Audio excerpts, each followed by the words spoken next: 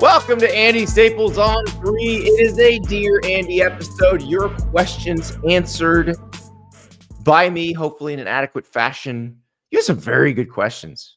Very, very good questions on the show. But before we get to your questions, we have a big announcement. Big announcement. Remember, I said that my Dynasty Mode team, when the EA Sports College football game comes back, was going to be the team that one General Axel Booty chose when he emerged from the transfer portal. Well, ladies and gentlemen, on Wednesday, General Axel Booty emerged from the transfer portal, and he is headed to Monroe, Louisiana, the ULM Warhawks. He will compete for the job under first-year head coach Bryant Vincent. Remember, Bryant Vincent was the interim at UAB when Bill Clark had to step aside. Vincent was at New Mexico last year. He was the OC. They had dramatic improvements on the offensive side of the ball. So that is where General Booty is headed. I know what you're saying. Andy, why are you talking about this? General Booty did not start at Oklahoma. He was a backup. He was still going to be a backup. They didn't even put him in that Texas game when they could not barely move the ball at all. Remember Dylan Gabriel got hurt the week before? This was 2022. And really, Oklahoma's most effective offense was the Wildcat. And it was an ugly, ugly game, and they still didn't put General Booty in.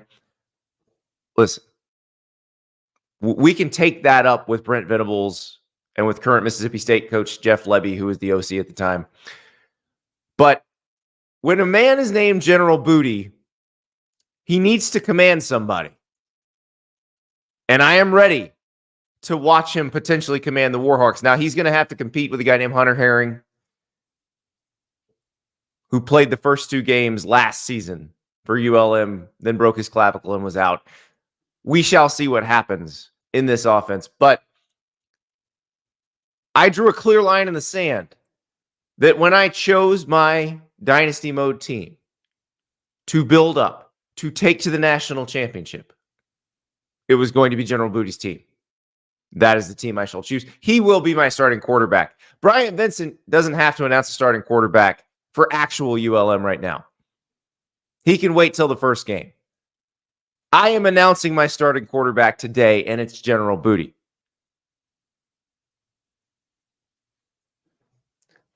By the way, General Booty, of course, a member of the Booty family, Shreveport, Louisiana royalty. So he's headed back to northern Louisiana, which is where his family is from. He's moved around. He ended up finishing high school in the Dallas area. But into middle school, he lived in northern Louisiana. And remember, the Booty family, very accomplished. Abram is General's father. Abram was a receiver at LSU. Josh, General's uncle, he was a receiver at LSU. John David, another uncle, quarterback at USC. This is going to be beautiful. Goat Dog says you got to put a Cajun spin on it so it's Butte. No, wrong part of Louisiana. These aren't South Louisiana people. These are North Louisiana people. And he's headed to ULM. So what is ULM known for? The best collegiate water skiing program in the nation. I'm not kidding. Like, you go to their campus, they've got a lake where the water skiing team practices. They bring in water skiers from Europe to just dominate. I don't know General Booty's romantic situation, but if he winds up meeting an Austrian water skier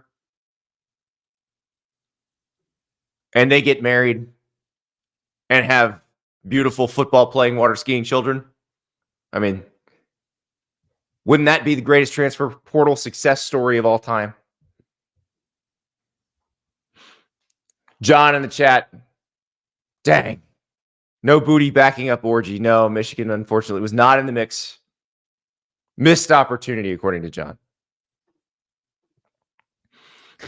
John asking about the water skiing lake in Monroe. Are there gators in that lake? Probably. No, maybe not. It's a little they might be a little too far north for Gators. Willie T, swamp booty. Yeah.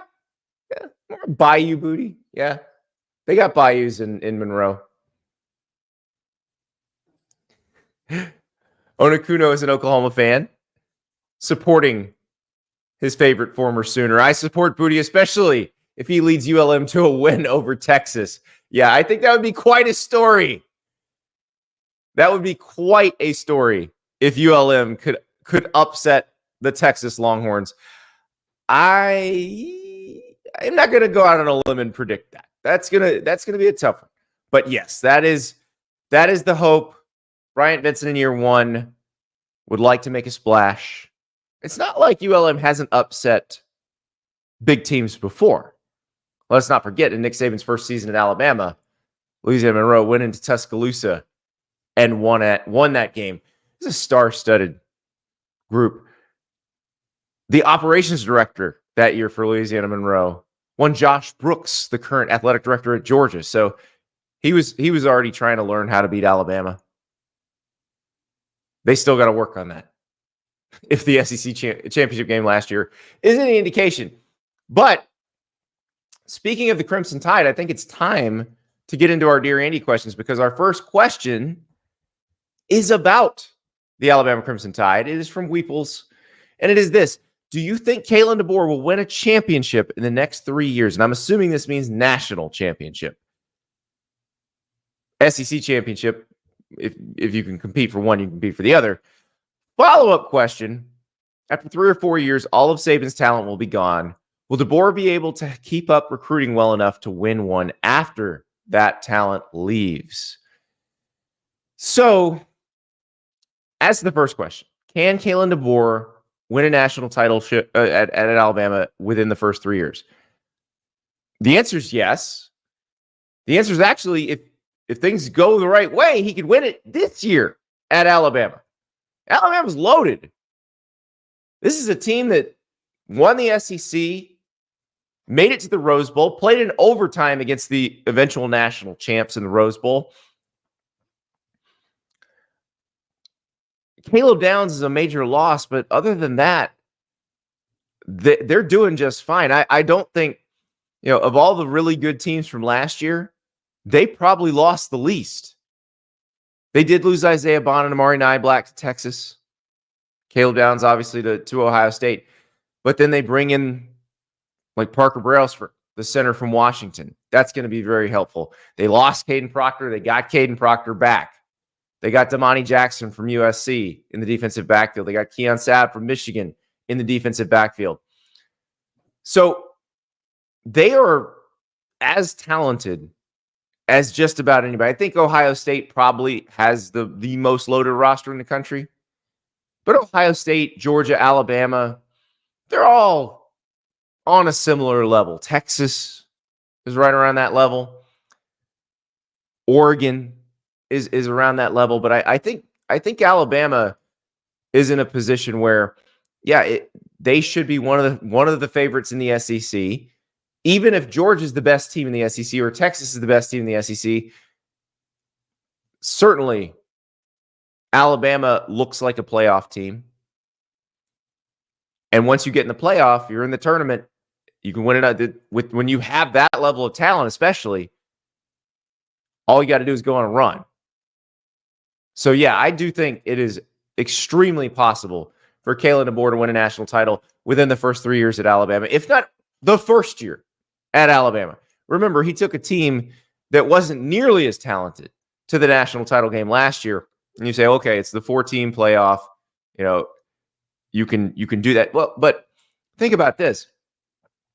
His Washington team beat a more talented Oregon team twice to win the Pac-12, then beat a more talented Texas team in the Sugar Bowl. So you've also got the fact that he's a very good on-field coach. He's 104-12 in his career. Now, I realize a lot of that was at NAIA, but the NAIA piece of it, I definitely think is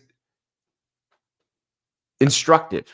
So it's his alma mater, University of Sioux Falls. He took over a program that was expected to compete for national titles and then immediately made it better and won national titles there.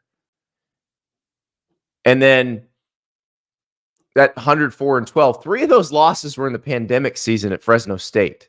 Like, that's a quarter of his losses. Everything else has been pretty darn good, especially like you look at the first year at Washington, where they lose 2 games. He had taken over a 4-8 team. The talent was there, and he immediately made it better. So I do think he can do that. Now, as far as what he will do after the Nick Saban talent leaves, the thing is, if the players didn't believe in Kalen DeBoer, if they thought he was not the right guy, they would already be gone. This era of college football, you don't have to stick around. They could have all bounced after spring practice. But they certainly seem to like him. And in fact, I would say the Caden Proctor situation is an example of Alabama players telling Caden Proctor, who just left, hey, you would really like it here. It's even better than it was. And better is not I'm talking in terms of what the schedule is like, what practice is like. It's a different world under Kalen DeBoer versus under Nick Saban. We don't know if the results are going to be better on the field, but the players do seem to be enjoying it. So they told Caden Proctor, hey, you liked playing here. You like us. We're all pals. You would really enjoy this. And so he's back. So I do think we would already know, because there would have been this mass exodus, and there really wasn't. Like the Isaiah Bond thing, the Amari Niblack thing, those were probably going to happen whether Nick Saban stayed or not. The Downs thing was definitely because Saban left, and he couldn't keep him. And Downs went to Ohio State. It's not like he downgraded. He made a very parallel move. So can Kalen DeBoer keep doing this? I think the one of the first things he did, adding Ryan Williams to the 2024 class, is just a guy who had been recruited by Alabama heavily all along. He's from Saraland, Alabama. He's a receiver, potential difference-making receiver. That was a good start. And then, we talked to Tim Watts from Bama Online about how many recruits they were bringing in, because they were trying to get them during spring practice to come in and look and see how this program runs now. And I think it worked pretty well. They've got 10 commits so far in the class of 2025, and it's looking very similar to what the Saban classes looked like at this point, at this time of the year. We'll know more by the end of the summer, because they'll get more commits as camp season goes through, and you get everybody into your camp, and players wind up deciding before their seasons start. But if you look at where the players are from, so they got five of the 10 recruits are in the top 150 in the On3 industry rankings, and you look at where they're from. So Daryl Johnson's from Eastman, Georgia. Derek Smith's from Selma, Alabama. Anthony Rogers from Montgomery, Alabama. Antonio Coleman, the defensive lineman from Saraland, where Ryan Williams is from. Jordan Harmon, the linebacker, he's from Rome, Georgia. These are all places that Alabama has very much recruited over the years, that the Saban staff's recruited very heavily. It's not like Kalen DeBoer came in and said, oh, I'm from South Dakota. I've worked at Fresno State and Washington, so all of a sudden I'm going to start recruiting exclusively California and the Pacific Northwest or the upper Midwest. That's not what happened. He's following the same recruiting playbook as Nick Saban. They are going after a very similar caliber of player in a very similar area. And it's Alabama. Like, if there's a really good player out in California, like Nick Saban went out to California and got Najee Harris. Nick Saban went into Florida and got Amari Cooper, Calvin Ridley, Jerry Jeudy. We know they will go where they need to go to get players, but they will build primarily, you would think, from Alabama, from Georgia, from Mississippi, from nearby places. And so far, so good. And it definitely seems like they are very much in on the best players in the state of Alabama. And that's not the easiest thing right now, because Hugh Freeze is at Auburn. Hugh Freeze is a very good recruiter. Hugh Freeze knows exactly what he's doing in terms of building a roster. So this is not a situation where Auburn is not in the fight. Like, Auburn is in the fight for everybody at this point. So it's not going to be easy for Kalen DeBoer, but I do think he has the right plan. I think you look at the assistants he retained. He retained Freddie Roach and Robert Gillespie. Those are guys who know what they're doing. They can definitely recruit that area. They've been in the SEC in the South for a long time.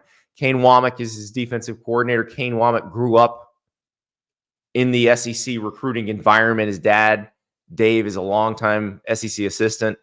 And so I think they've got a good mix of the guys who understand the lay of the land in terms of recruiting. And remember, we're in the NIL era. So you have that piece of it too. Now, here's where I will say that Kalen DeBoer will have it more difficult than Nick Saban would have.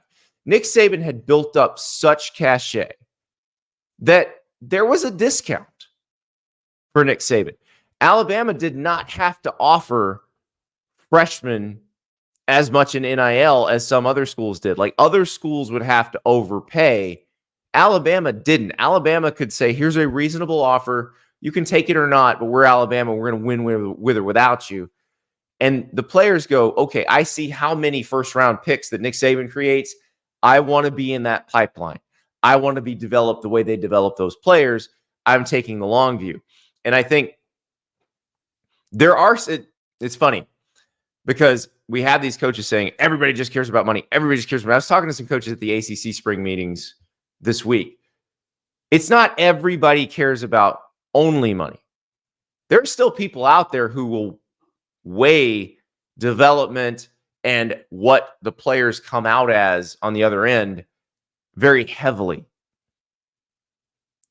Players and parents. And it's interesting because I think our assumption is the players, because they're the 17 and 18-year-olds, they're the ones that are only worried about money. Maybe the parents would come in and be the ones who say, no, let's take a little bit longer view here. That's not always how it works. Sometimes the player is the one who wants the development, and the parent is the one who wants the money now. But there are still players and there are still parents who will say, maybe you don't need to take as much because we see how these people develop players. Like, if you're a receiver going to Ohio State, I don't think Ohio State has to pay you what someone else does, because you look at what has happened with Garrett Wilson and Chris Olave and Marvin Harrison Jr., and you look at how deep that room is and how good that room is. And you go, no, I think that Brian Hartline guy can coach receivers. I think there's a chance I make more money in the long run here. Georgia, if you're a defensive lineman, you don't have to get the biggest bag up front, because look at what they've done. And Alabama's in the same boat. But Kirby Smart has a lot longer track record now than Kalen DeBoer does of creating these first rounders. So Kirby Smart can get the discount. I don't know that Kalen DeBoer can get the discount right now. I think they've got to prove that they're going to develop people as well as Nick Saban and staff develop people. Then they would also qualify for that. But they're going to have to work pretty hard. They're going to have to sell, and the collective may have to help a little bit, because now if you're going against Georgia, Kirby's the one with the longer track record there. So that part is one that Kalen DeBoer is going to have to overcome. And that's why I'm very interested. I look at the class right now for 2025, and it looks good. Is it the highest ranked in the country? No, it's not. But Nick Saban didn't always have the highest ranked class in the country right now in a recruiting cycle. Usually by the middle of the football season, they had ascended to number 2 or number 1. So we'll see if that's what happens here. We'll see if it. We'll also see their evaluations, because that was one thing that happened with the Nick Saban classes. A lot of times there would be a player that they really liked who might be ranked, number 400. And everybody said, oh, the recruiting services, just all they do is they commit to Alabama and they just bump them up 200 spots. That's not true. But it's legitimate if you work at my place, if you work at the other places that rank recruits. If Nick Saban and company thought somebody's really good, that you probably go back and take another look and say, what are they seeing? Because they're pretty good at this. They're pretty fair evaluators. So, again, I want to see how does the group that Alabama has committed, as they get further evaluated, as you see players competing against one another in camps, as you see them compete against one another when the season starts in the fall, how does that shake out? But I think if Alabama's sitting there in the top 5, near the top 5 in terms of recruiting rankings, going after a similar geographic footprint as the old staff, I'd say that probably bodes well. That would be my guess. So I'm certainly not going to predict that Kalen DeBoer is going to do anything close to what Nick Saban did at Alabama, because that's asking too much of anybody. But can Kalen DeBoer compete for national titles? Absolutely. Can he keep the talent level at a place where Alabama can be near the top of the SEC almost every year and be competitive in the SEC and for national titles going forward? Absolutely. Well, we haven't seen him over a long stretch of time, but my guess would be he can do what he did at Washington and keep it rolling. And the thing is, it seemed like if he'd stayed at Washington, what he was working on building there would have been very good, would have been able to go into the Big Ten and be good. But this is a natural question. I mean, the greatest of all time just retired. And the question is, how do you keep that up? How do you even do it? It's a very difficult situation. A lot of people would have just said, I don't want to do that. I don't want that job. I don't want to be compared to Nick Saban. But Kalen DeBoer doesn't seem real intimidated by that. I don't think that bothers him too much. When we had him on the show, he was deferential to Saban, respectful, everything you'd want. But he certainly didn't seem overwhelmed, intimidated by the job. Katie in the chat, 104-12 doesn't lie. Don't underestimate DeBoer. I think you're right.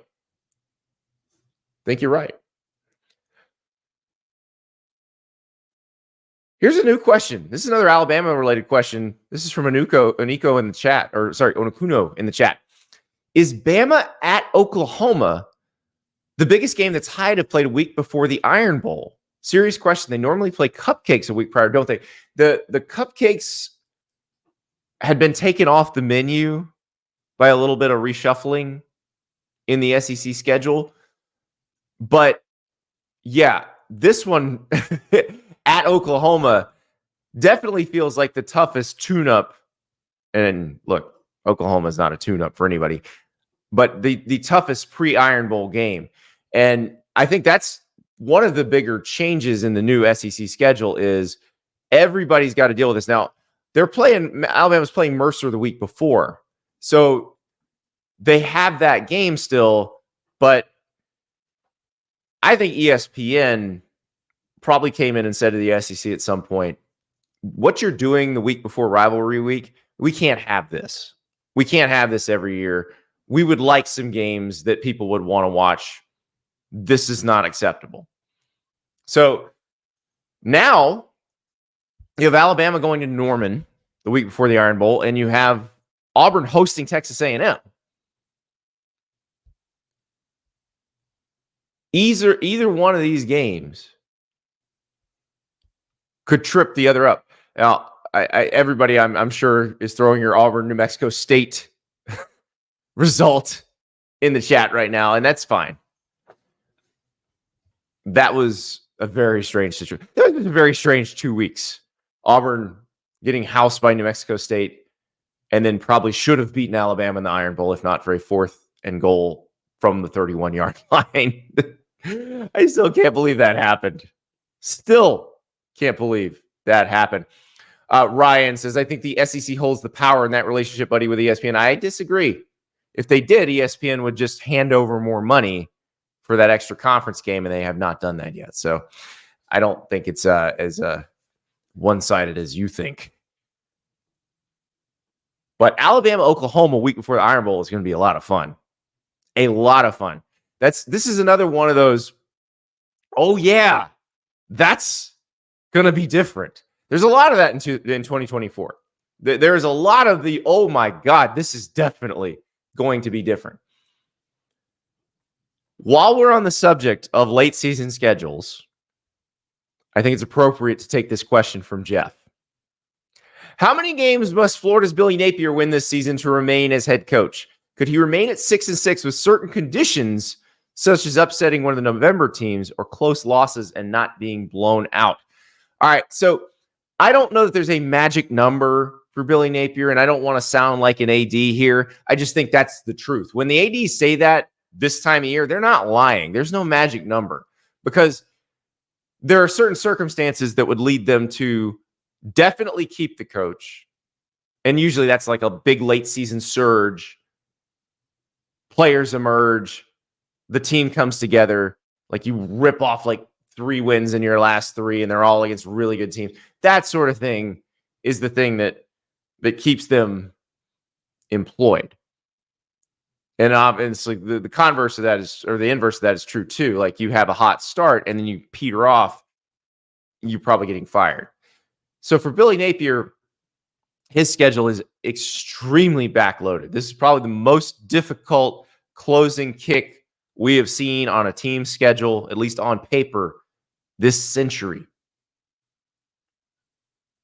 Now, we don't know that they're all going to be that good. Like, is LSU going to be as good as it was last year? We don't know. Ole Miss, it's still a lot of transfer guys. Does that team coalesce? If it doesn't, what does it look like at that point in November? But I think we can reasonably expect that back into the schedule to be absolutely gnarly for Florida. So what does it mean? What do you have to do? I would say 7-5 against this schedule. He keeps his job. I don't think there's any question about that because that means you've beaten some pretty good teams there at the front end of the schedule, and you've beaten at least 2 very good teams at the back end of the schedule. And if you can do that, it probably means you are competitive in the other games with the very good teams on the back end of the schedule, which if you can be competitive with those teams and you're improving, that's what you want. That's what you're looking for. So that's the hope. If you're Billy Napier and his staff, that's what you want to do. Like that first kick, you want to go 4-1 or 5-0, and then you hope you can win 2 or 3 on the back end. And look, the Kentucky game, I'm kind of lumping that in there too. Kentucky's in that back half. Kentucky's owned Florida under Billy Napier. Like those 2 games have not been particularly close. Mark Stoops plays the style Billy Napier wants to play and has played it much better so far. Like if you get housed by Kentucky again, that might be all the information you need because you're probably not going to win any of those next games if you can't hang with them. But that's the 7-5 or anything better than that is the rosy projection, is the easy one. 6-6 is the challenging one. 5-7, I actually think 5-7 probably gets you fired because you went 6-6 with the number 4 pick in the draft at quarterback. Then you went 5-7. If you go 5-7 again, you kind of told us what you are. You've told us you are a middle of the road record coach. Like you've got enough sample size at that point. Because it also means that they probably didn't beat anybody that they weren't supposed to beat. Now, if it's 5-7 and they lose by 1 or they lose in overtime of the last 4 games in a row, it's a different story. But if you're 5-7, you're probably not that competitive in those games. Where it gets tricky is if you're 6-6, because there is a bowl game at that point. You do have more practice time, more time to develop players. The truth in the chat, if Florida goes 6-6, and again, the 6 losses are by like 3 to 6 points, and they're keeping Billy Napier against this schedule, I would agree. If you're 6-6 and you're losing 1 possession games against Georgia, Texas, LSU, Ole Miss, and Florida State, I think you're okay. The thing about that is I think, the schedule on the front end is harder than people realize too. Like Miami's going to be Miami has a better roster than Florida right now. Now, we actually have a question where we'll get into the Mario Cristobal of it all. I don't think I'm picking Miami in that game quite yet. I don't think I'm there. I still think it's a bit of a coin flip. But that Miami-Florida game is absolutely a pitchforks and torches game, because whoever loses, that fan base is going to just have it out for that coach.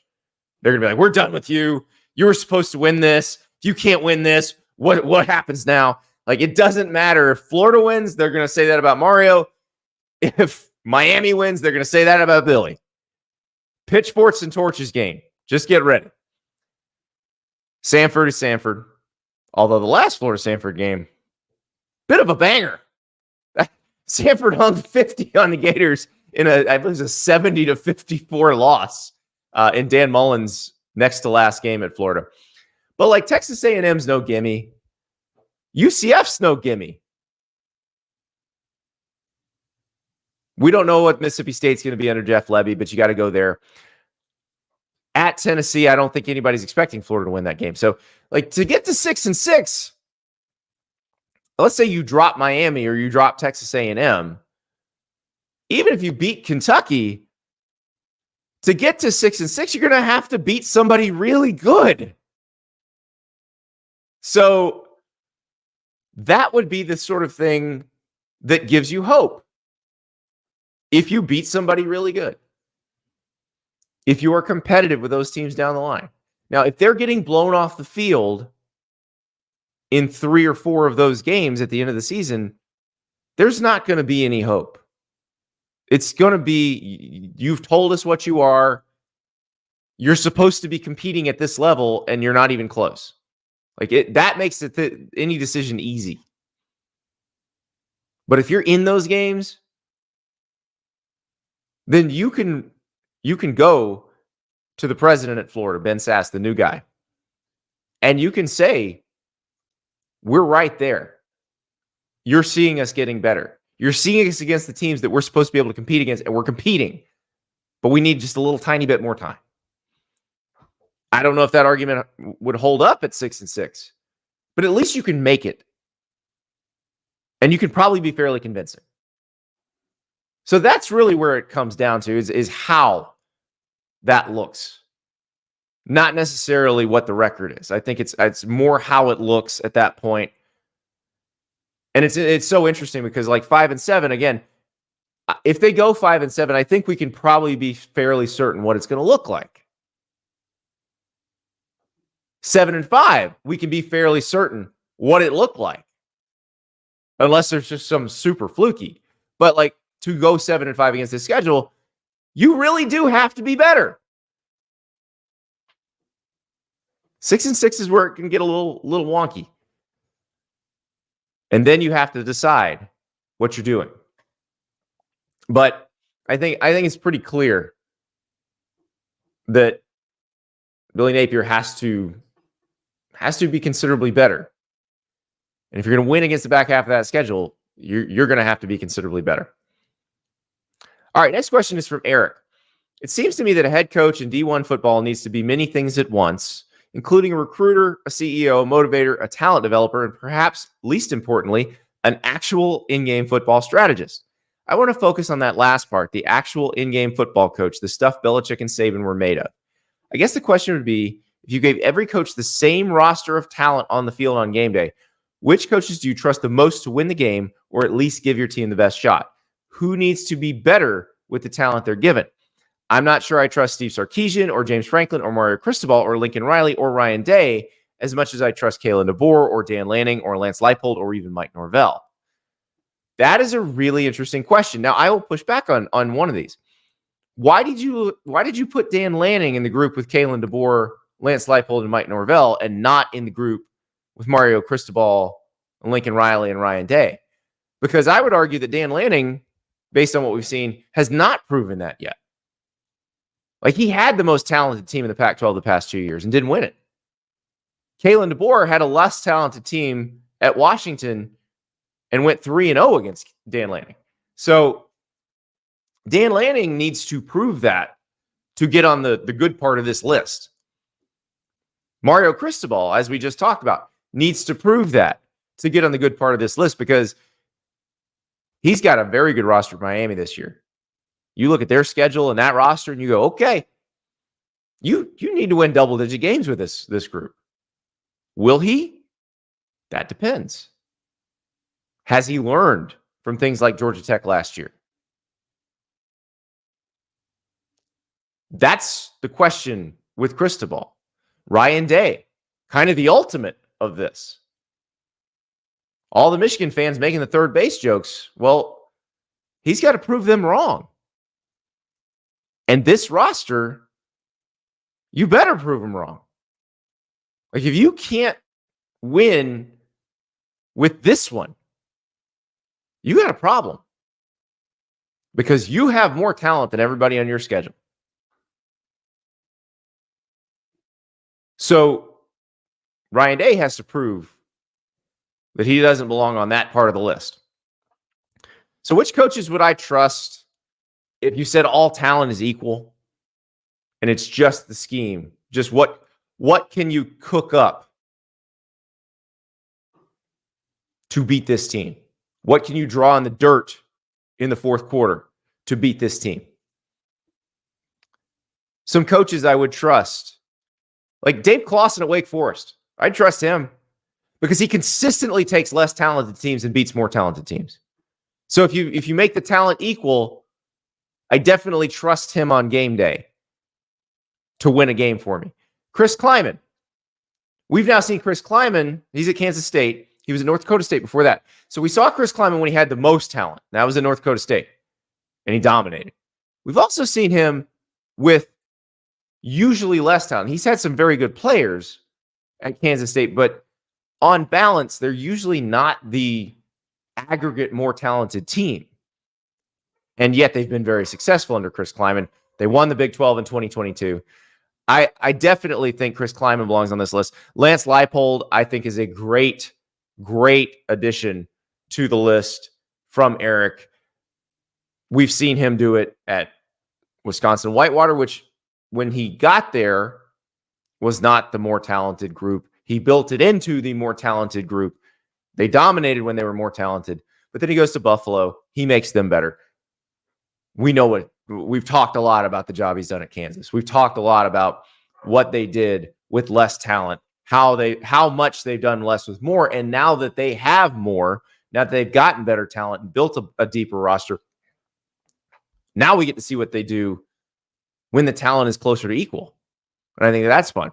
And I think Mike Norvell's a good addition on this list. I think we saw him at Florida State early with less talent and a little bit of kind of smoke and mirrors trying to overcome deficiencies on the offensive and defensive lines. Then they start bringing in players from the transfer portal that make that group better. And then they start recruiting guys that make both of those groups better. Now, I think we're going to see a Florida State team that, like last year, is better, more talented than most of the teams they play. But I also think he's done very well in the games where the talent has been fairly equal. I mean, the Clemson game last year, I think, is a really good example of that. We can say all we want about Dabo not recruiting the portal. Clemson still has really good players. They get great players out of high school. They have developed extremely well. And you had a game where they're at home, their backs are against the wall, the crowd's going crazy. They have to have a win in that game. And Norvell and company pulled it out in overtime. I think he's proven that he's doing the type of guy that if you give him equal talent, he can win the game. So that's a good one. Kirby Smart. I know we say he just overwhelms you with talent, but I think Kirby Smart's come a long, long way schematically since that 2018 SEC championship game and the worst fake punt call in the history of the world. I like Kirby Smart as an in-game strategist.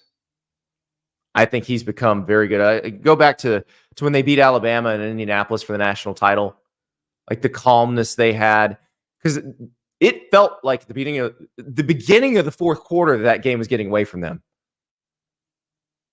and they kept everything cool, kept it under control, and by the end of the game, it felt like Georgia had been dominating.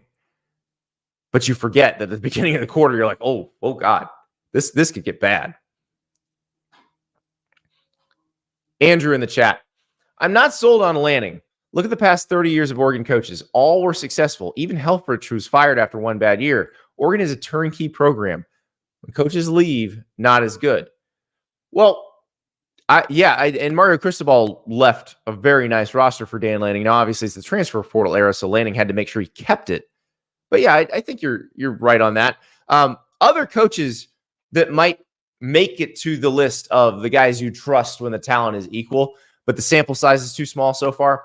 I'd say Mike Elko, based on what we saw at Duke those first 2 years as a head coach. Like again, when you prove to me you can do less with or more with less, now I get very excited when you get more. And he has more at Texas A&M. Now, it's not an overabundance of more relative to who they play, because a lot of the games this year, they're going to have the less talented roster. That probably won't be the case forever. But right now, he's going to have to overcome that. And I think he did a really good job at Duke early on doing that. Sharon Moore, again, very small sample size, but I look at the Penn State game last year. When he's the interim head coach, he's still calling plays. They were struggling in pass pro. And he looks at the situation and goes, you know what? Penn State ain't scoring on us. We're just going to run the ball here. Like that's an in-game strategic decision that not every coach would make. And he made it in an incredibly pressure-packed situation, incredibly odd. Remember, Jim Harbaugh got suspended on the plane on the way to the game.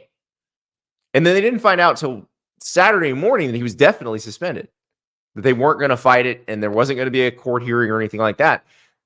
So that was a tough situation. And then you go 2 weeks later, they're playing Ohio State, and Sharon Moore, at least from a play calling standpoint, called a pretty flawless game. That tells you that this guy in game is probably tough as nails. Like this is a guy who is not fazed by anything in game. And we'll see, because now he's got all of the other parts of being the head coach that he's got to take care of. You know, last year he could come in and do the in-game stuff. Jim Harbaugh still had all of the administrative stuff already handled.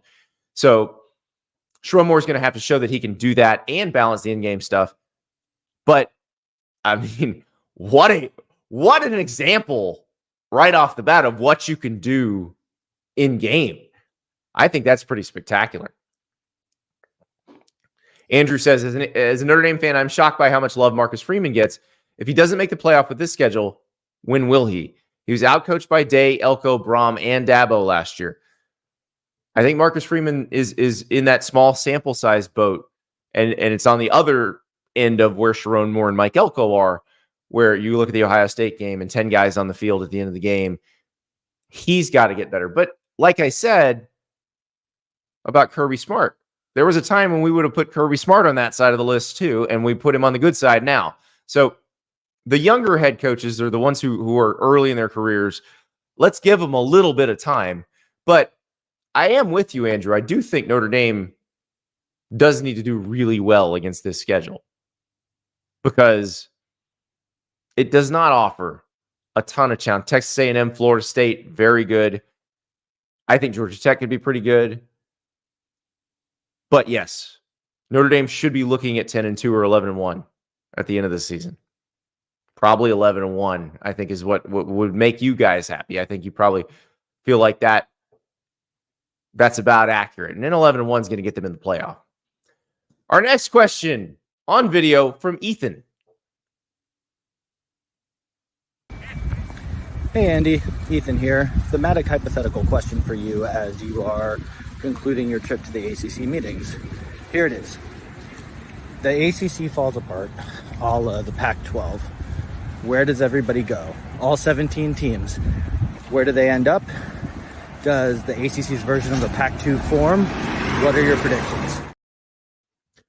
All right. So I was at ACC spring meetings this week talking to everybody. Now, it's interesting because you think with Florida State and Clemson suing the league suing them back, it would be super awkward. No, everybody's professional. Everybody deals with the situation. And it kind of feels like everybody's settled into eventually this is going to happen. Eventually Florida State and Clemson are going to get out. You had the drama with North Carolina and their board of trustees and what they want to do. There's certain people at North Carolina who would like them to do the same thing that Florida State and Clemson are doing. And I would argue that North Carolina doesn't have to be as aggressive because, one, they've already got Florida State and Clemson doing the dirty work for them. And also, if there's a way out of the ACC, North Carolina could just pick its destination. Like the Big Ten or the SEC would take North Carolina. So I don't think they have to be as aggressive as the other two. But I do feel like everybody's kind of resigned to the fact that this will happen eventually, because it's sort of what I've been saying all along. It's a logical thing. For Florida State and Clemson, losing at trial means you have to stay in the ACC, which is not what they want, but it's not like they shut down their athletic departments the next day. They can do that. They can survive in the ACC until 2036 if they have to.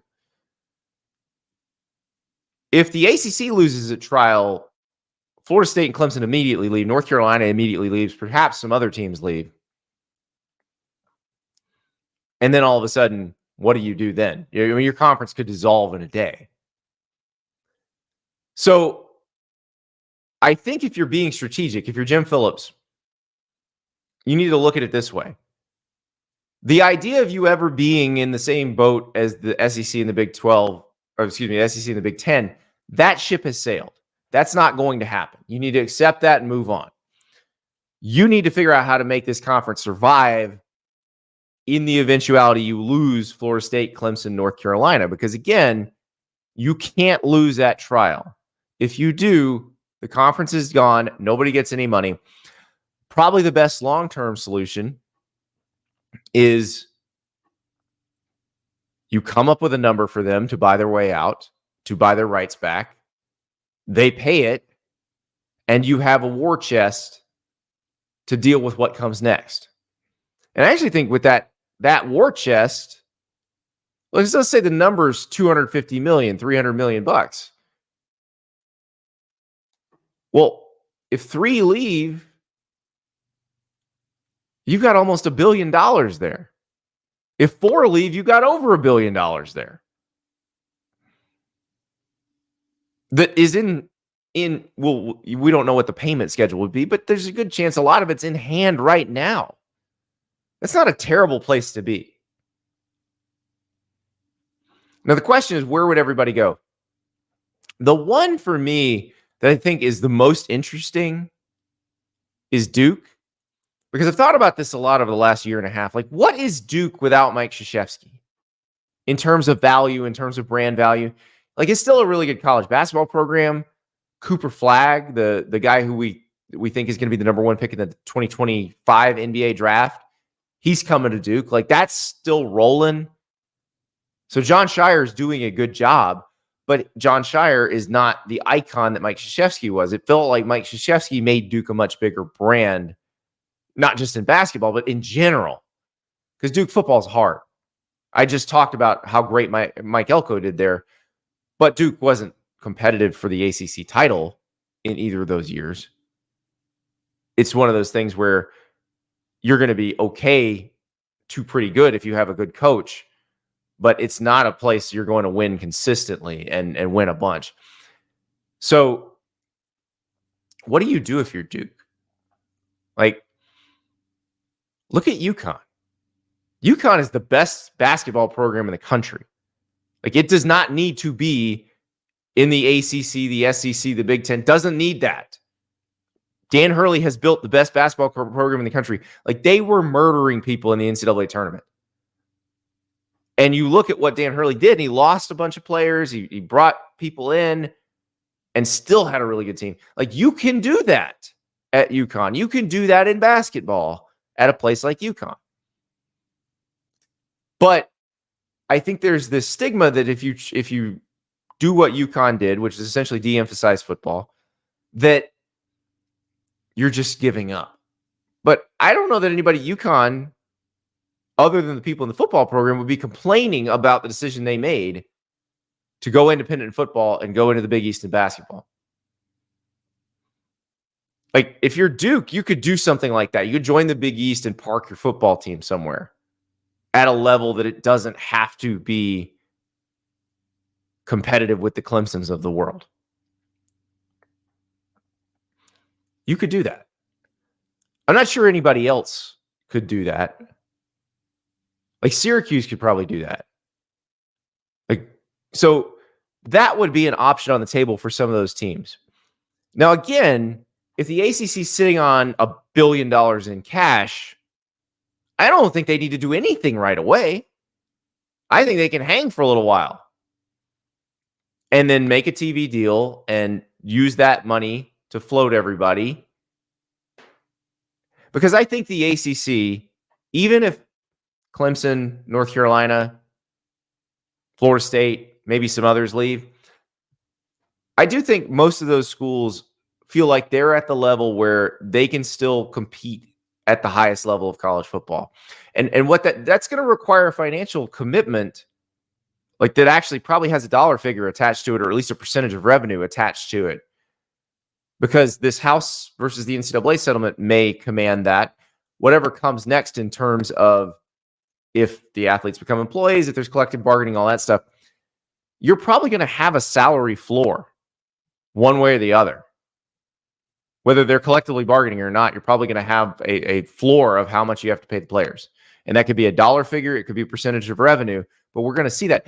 I do think the schools of the ACC, all of them, are probably comfortable with that. I actually asked Jim Phillips about that yesterday. Is everybody comfortable with what that number might be? He didn't seem real worried about that. And I don't think he is. I think everybody in that league would be prepared to do that. I think everybody in the Big 12 would be prepared to do that. So what happens there? I do think down the road, something to consider. Let's say the ACC lost Florida State, Clemson, and North Carolina, or maybe somebody else jumped too. Maybe Miami jumped or somebody like that. There's a way they all stay together and kind of stay at about the same income level, I think. Here's one thought. And this would require some handshaking, some friend making. But what about a merger with the Big 12 at that point? Because the thing about the Big 12 is you don't worry too much about the Big 12 getting pillaged. They've got pretty much everybody at a similar level. Everybody seems kind of the same, which is a good place to be, because you don't have anybody bigfooting anybody in conference meetings. And also, you're not worried about somebody coming in and just taking your most valuable things. The ACC, if you remove the biggest brands, would kind of be the same.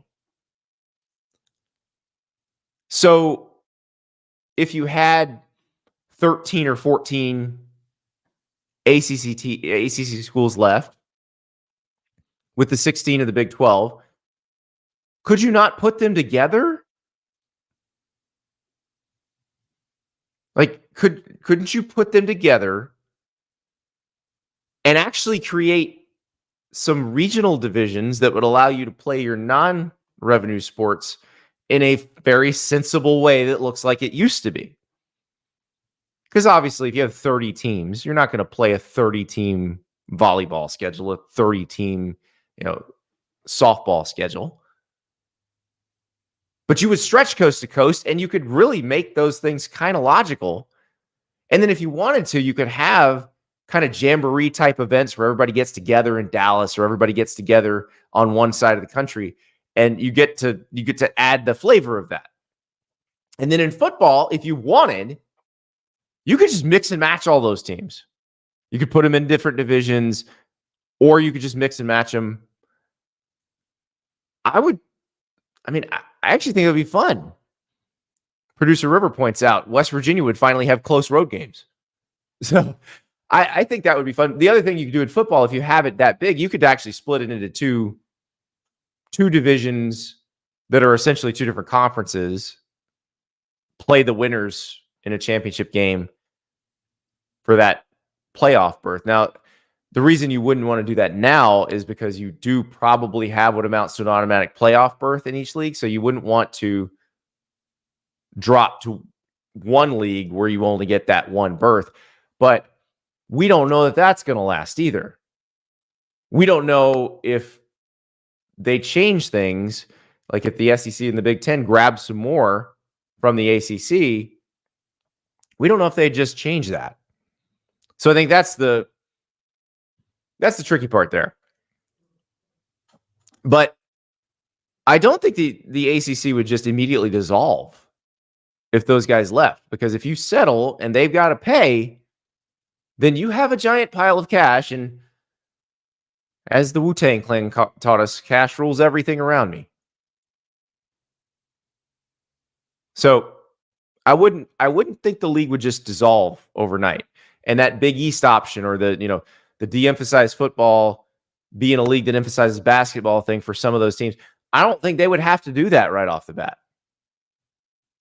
It might be a decision they'd have to make down the road, but I don't think they'd have to make that decision immediately. I think we can still feel fairly certain that those teams would want to stay on a similar level to where the Big 12 is right now, that they would be a middle class for sure, but they still might want to give that a go. Our next question comes from Rusty.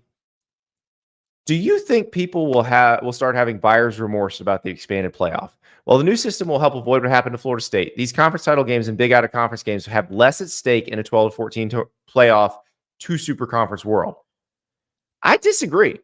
I don't think anybody's going to have buyer's remorse about the 12-team playoff. I think it's going to be a lot of fun, and the people who fought it for years are going to be like, wow, yeah, we were really stupid. And it's just, look, there's a reason everybody else in the sporting world does it this way. It's not just because they're trying to all be the same. It's because this thing works. Like a single elimination tournament with super high stakes games at the end of the year against the best, that matches the best teams.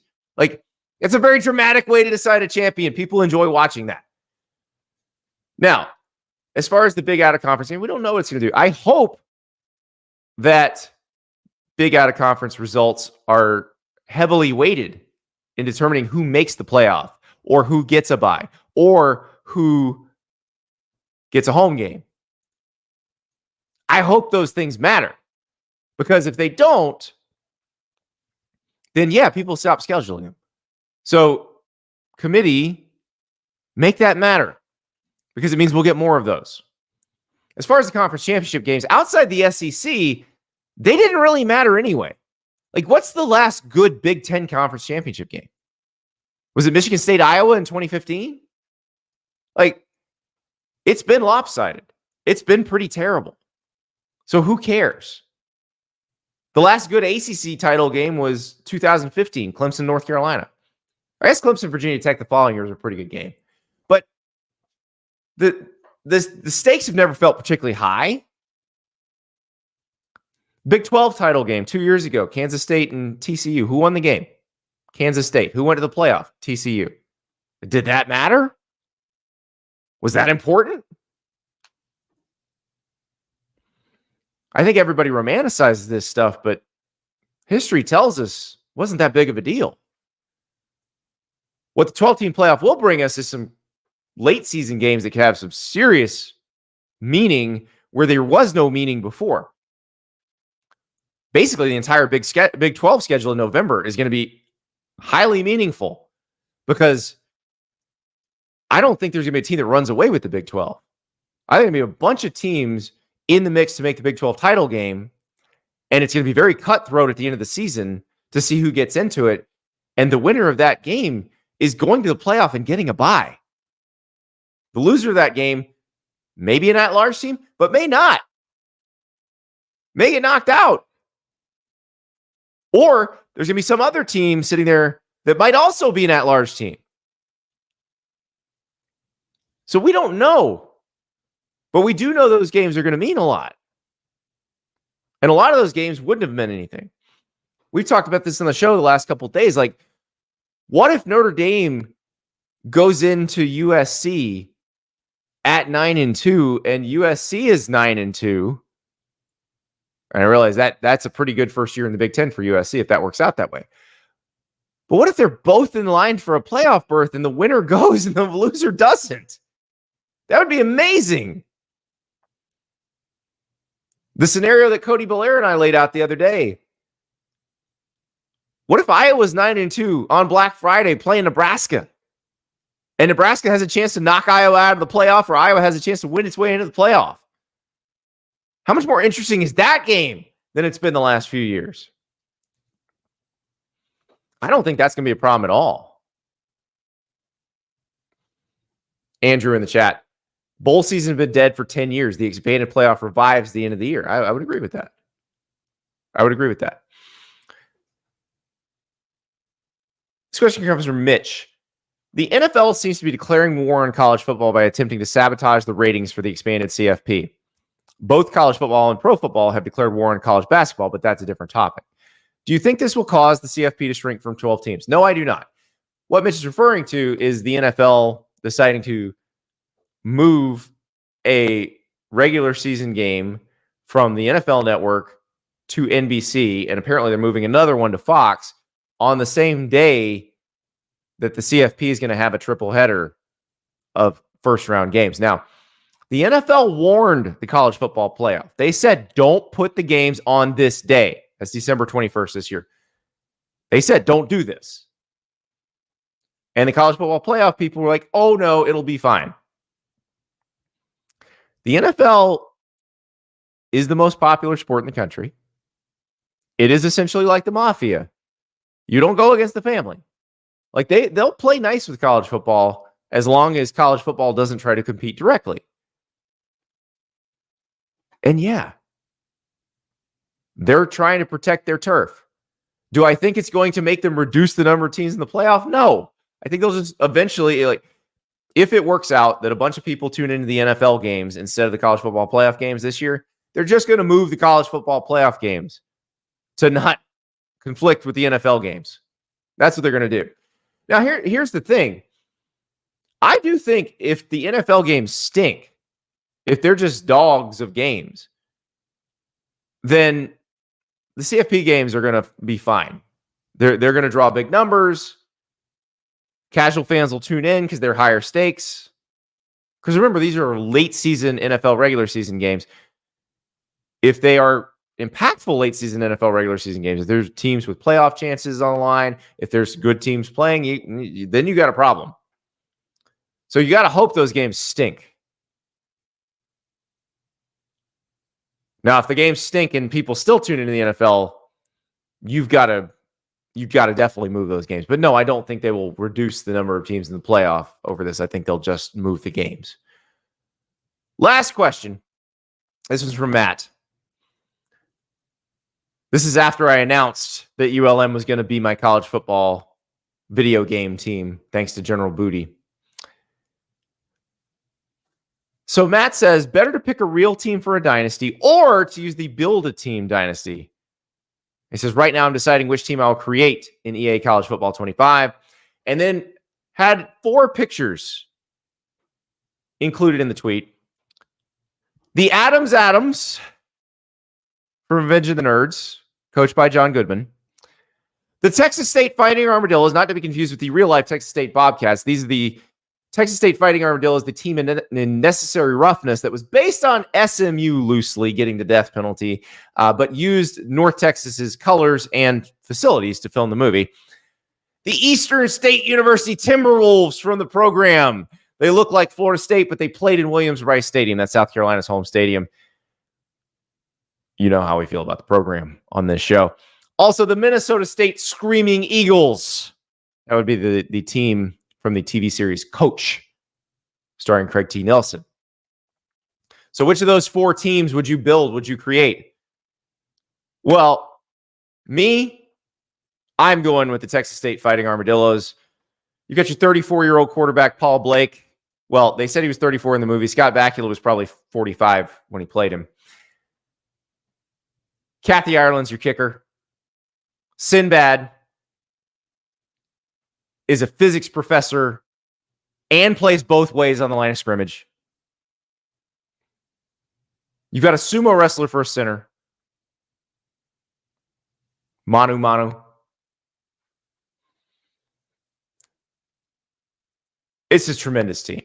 And it came together at the end of the season and upset the by God Texas Colts. So if I'm getting that group after they've just upset the by God Texas Colts, and that's where I want to start my Build a Team Dynasty, I think that's a good place to start. Yes, I realize that team was 1-9-1. They did tie Kansas. Very rainy game. But I think that's a good place to start. The program, it felt like they were on the verge of a major scandal. A couple major scandals. You had your quarterback, Joe Kane.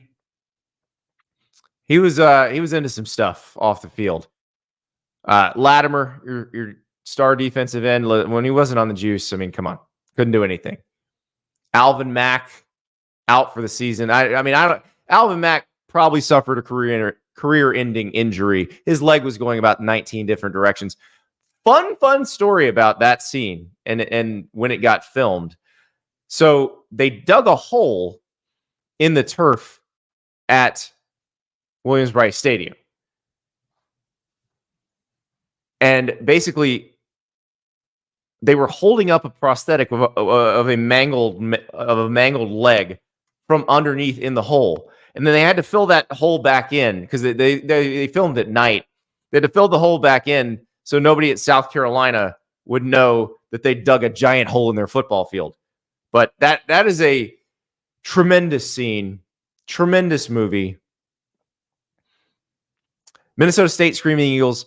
Look, you've only got 2 assistant coaches. They don't seem to be terribly sharp. Hayden Fox, your head coach, is constantly dealing with problems with his wife and daughter. It's almost like it's a sitcom. No, I'm not going with that one. And then the Adams. I mean, come on. You got a whole team that gets outsmarted by a bunch of nerds, that gets beat in a competition of physical skill by a bunch of nerds, gets beat in a burping competition by a bunch of nerds. The ogre, Fred Polowatsky, probably your only decent player on this team.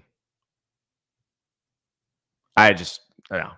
So I am building my team with the Texas State Fighting Armadillos, not to be confused with the real-life Texas State Bobcats coached by G.J. Caney, who just got Jordan McLeod from JMU as their quarterback. Steve Heisman says, you forgot Stonehands at receiver for Texas State. You're talking about Featherstone. Fun fact, the actor who played Featherstone in Necessary Roughness played Alvin Mack in the program. His name is Dwayne Davis. His son Wyatt, very recently played at Ohio State, was a 5-star recruit and is currently in the NFL.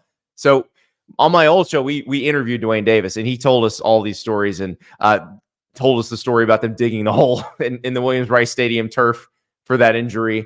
But yeah, listen, what acting range for Dwayne Davis, who played football at Iowa, I believe, to be a star linebacker and a lightning fast receiver who just couldn't catch anything. The ball is my friend. The ball is my friend. The ball is my friend. You are all my friends. Thank you for all these incredible questions. What a show. That was a blast. It's Friday tomorrow. We're going to run it back to what we did last week because we had so much fun with our guy Dukes' Scoop. So it's a Philip Dukes Friday tomorrow. So come on back.